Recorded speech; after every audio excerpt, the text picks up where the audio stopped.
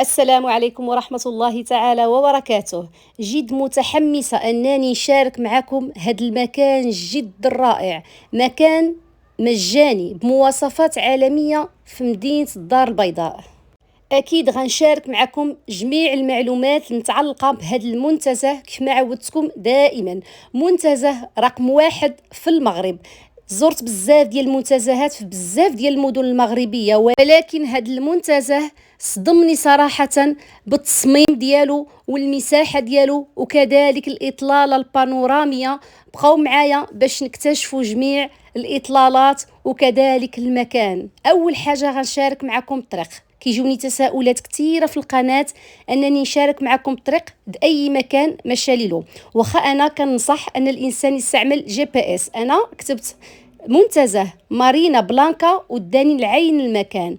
كيف ما كتشاهدوا معايا تاماريس، شبرنا الطريق ديال تاماريس. هنايا غادي نتلاقاو ماكدونالد ديال تاماريس، راه معروفه.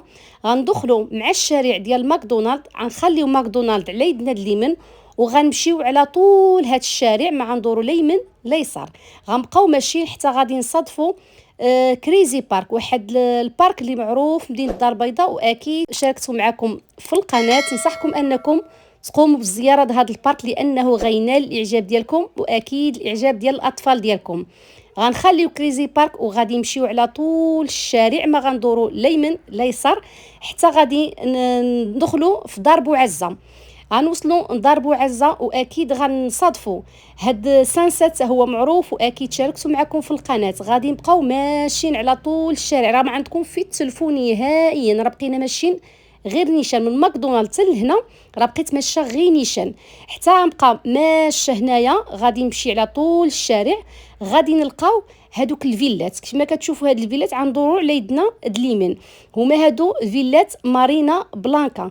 كاينه هنايا الفيلات وكاينه لي زابارتمون ديال مارينا بلانكا.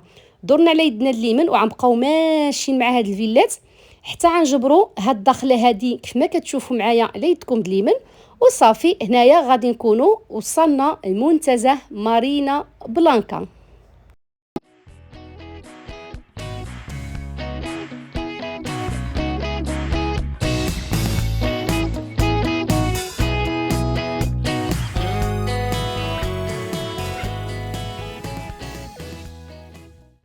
كيف ما لاحظتوا معايا الباركين متواجد في عين المكان وبالمجان، ما غتلقى لا ملجي صفار ولا الماكينه باش تخلص نهائيا، 0 درهم باركينات الطوموبيل.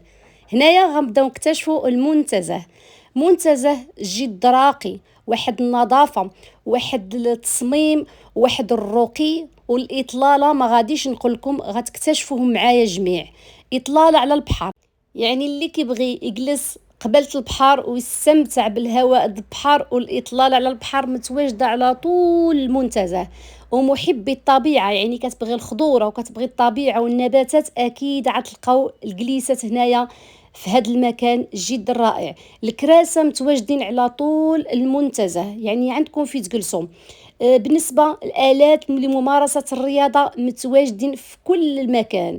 محبي الجري أو لركوب الدراجات الهوائية، هذا المكان جد مناسب. بالنسبة اللي عندهم الأطفال، أكيد المكان غادي يعجب الأطفال لأن كاين واحد متسع كبير فين يمارسوا جميع الأنشطة اللي كيبغيو يمارسوها، سواء ركوب الدراجة الهوائية أو لا يعملوا لي غوليت أو لا يكتفوا أنهم يجريوا في هذه الطبيعة وفي هذه الخضورة.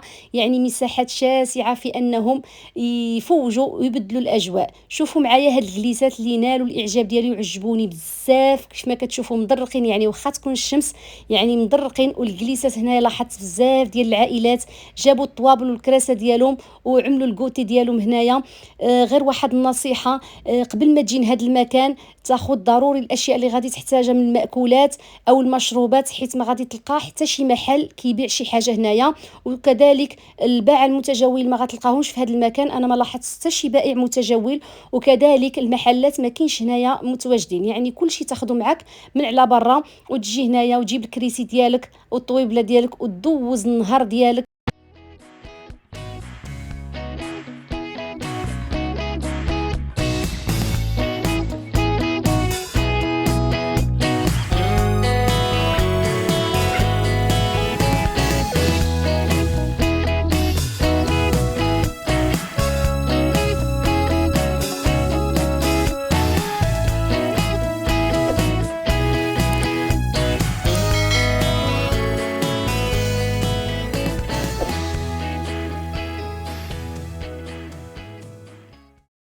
بالنسبه اللي غادي يسول على الامن والامان هنايا، كاينه تقريبا 3 ديال لي بوست ديال البوليس، القوات المساعده حاضره هنايا تقريبا واحد 3. يعني بالنسبه للسيكوريتي ديالك وديال وليداتك وديال الاسره ديالك ما تخممش عليها، لان يعني كاينه الامن هنايا. وفحال اللي ذكرت معكم واحد المكان اللي مازال ما معروفش بزاف وما كيجيوش الناس ليلو بزاف، يعني نستغلوا ما حدو باقي هكذا خاوي. ونتمنى اي واحد جان فحال هاد الامكنه هذه يحاول يحافظ على النظافه، وكذلك يحافظ على الاجهزه اللي كنلقاوهم هنايا بحال الاجهزه الخاصه لممارسه الرياضه. وكذلك باقي غنشارك معكم ملاعب كره القدم، كره السله، وايضا الفضاءات الخاصه بالالعاب، يعني الاطفال، يعني فضاءات العاب خاصه بالاطفال، لي توبوغون ولي بالونسواغ. يعني نتمنى اننا احنا الكبار نبقاو نصحوا الاطفال ديالنا انهم يستعملوا داك الالات، ولكن مع المحافظه باش نلقاوها مره اخرى نجيو ونلقاوها في كل مره. لاني انا على نفسي غادي نبقى ملي اكتشفت هذا المكان راه غادي نبقى نجي له تقريبا دائما، لانه عجبني بزاف وعجب الاطفال ديالي. واحد المكان متنفس للبيضاويين وسكان مدينه الدار البيضاء وكذلك الزوار ديالها. المكان كيف ما كتشوفوا فين ما كتمشي كتلقى فين تباركي الطوموبيل، حيت المكان جيت شاسع، ما عرفتش شحال من هكتار ولكن جيت شاسع بزاف. راه باقي ما صورت معكم حتى النص ديال المنتزه، بقاو معايا باش نكتشفوه جميع. يعني غتلقاو باركين فين تباركيو الطوموبيل ديالكم على طول المنتزه، بغيتو تباركيو في الوسط، بغيتو تباركيو في الاخر ديال المنتزه، يعني الباركين متواجد وبالمجان.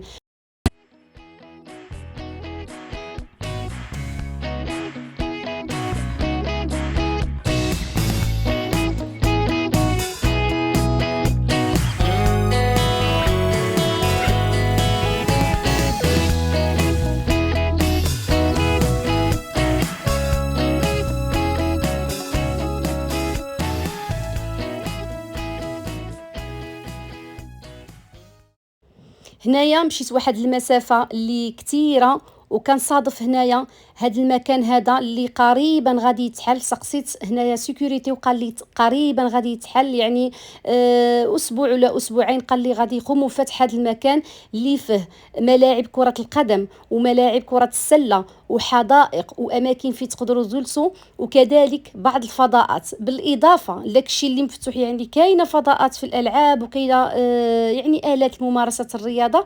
كاينه هذا المكان اللي عاد غادي يحلوه كيف ما كتشاهدوا معايا، مكان جد رائع، كأنك ماشي في المغرب. صراحة شفت منتزهات مجانية كثيرة سواء في طنجة، في أكادير، في مراكش، يعني المدن الكبرى. وكيبقى هاد المنتزه مارينا بلانكا من وجهة النظر ديالي رقم واحد صراحة. مواصفات عالمية. شوفوا معايا الأرضية، شوفوا معايا الديزاين، شوفوا معايا التناسق ديال الأشجار مع النباتات. صراحة حنا كشعب مغربي كنستحقوا، وليداتنا كذلك يستحقوا انهم يستفدوا بالمجان في حال هاد الاماكن هذا. واللي عجبني بزاف هو انه مجاني 100%، يعني ما كتخلص لا درهم لا 2 دراهم لا 5 دراهم، وكتدخل لهاد المنتزه وكتستافد منه. واللي زاد اكثر عطاه قيمه هو الاطلاله ديالو على البحر وكذلك على الخضره، يعني جوج في واحد. كتلقى يعني الشاطئ والاطلاله على البحر، وكتلقى الخضره، وكتلقى هاد الملاعب والفضاءات الخاصه بالالعاب. يعني سواء كنتي كبير او لا صغير، شاب او شابه او طفل، اكيد هاد المكان غادي يناسبك وغادي يعجبك انك تقضي فيه الويكند ديالك. صراحه منتزه عجبني بزاف، وكننصح اي واحد كيشوف معايا هذا الفيديو انه يزورو ويقوم بالزياره ديالو، لان الفيديو راه ما كيعطيش الحق ديالو. صراحه الواقع اجمل، المنتزه راه جميل بزاف. شوفوا معايا هنايا مشينا ودورنا للمنتزه ولقينا هذا المكان هذا كيف ما كتشوفوا لوحه فنيه. هاد الباطوات مع هاد الحجاره والخضوره صراحه لوحه فنيه. كيف ما كتشوفوا هنايا كاين بعض الشباب كيقوموا بالسباحه، واخا ما عرفش هذا المكان واش اوتوريزي انك تسبح فيه، كنظن على ما اظن ممنوع، ولكن بعض الشباب لقيناهم كيقوموا بالسباحه تما.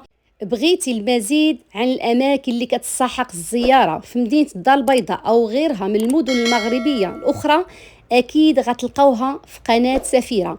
قناه سفيره كتقدم اجمل الاماكن السياحيه اللي كتستحق الزياره في مغربنا الحبيب. غتلقاو الكثير في القناه، وان شاء الله مازال المزيد. عجبك الفيديو ما تبخلش عليا بواحد لايك واشترك في القناه باش يوصلك كل جديد. هنايا غادي يكون الفيديو ديال اليوم اشرف على النهايه ديالو. فيديو صراحة كنت متشوقة ومتحمسة أنني بارطاجيه معكم، لأن المكان صراحة كيستحق المشاركة وكيستحق أننا نزوره في كل مرة. أنا صراحة بالنسبة لي غادي يرجع عندي واحد المكان مفضل، وغادي نحاول أنني على الأقل مرة في الأسبوع نقوم بالزيارة ديالو باش نتشحن بواحد الطاقة إيجابية بهاد الإطلالات البانورامية على البحر وعلى الخضورة والهواء النقي. ولا حبذا أننا لو كنا قرابين صراحة أننا نجيو كل صباح نجريو في هذا المكان الجد الرائع. شكرا للمشاهدة، وإلى فيديو قادم إن شاء الله.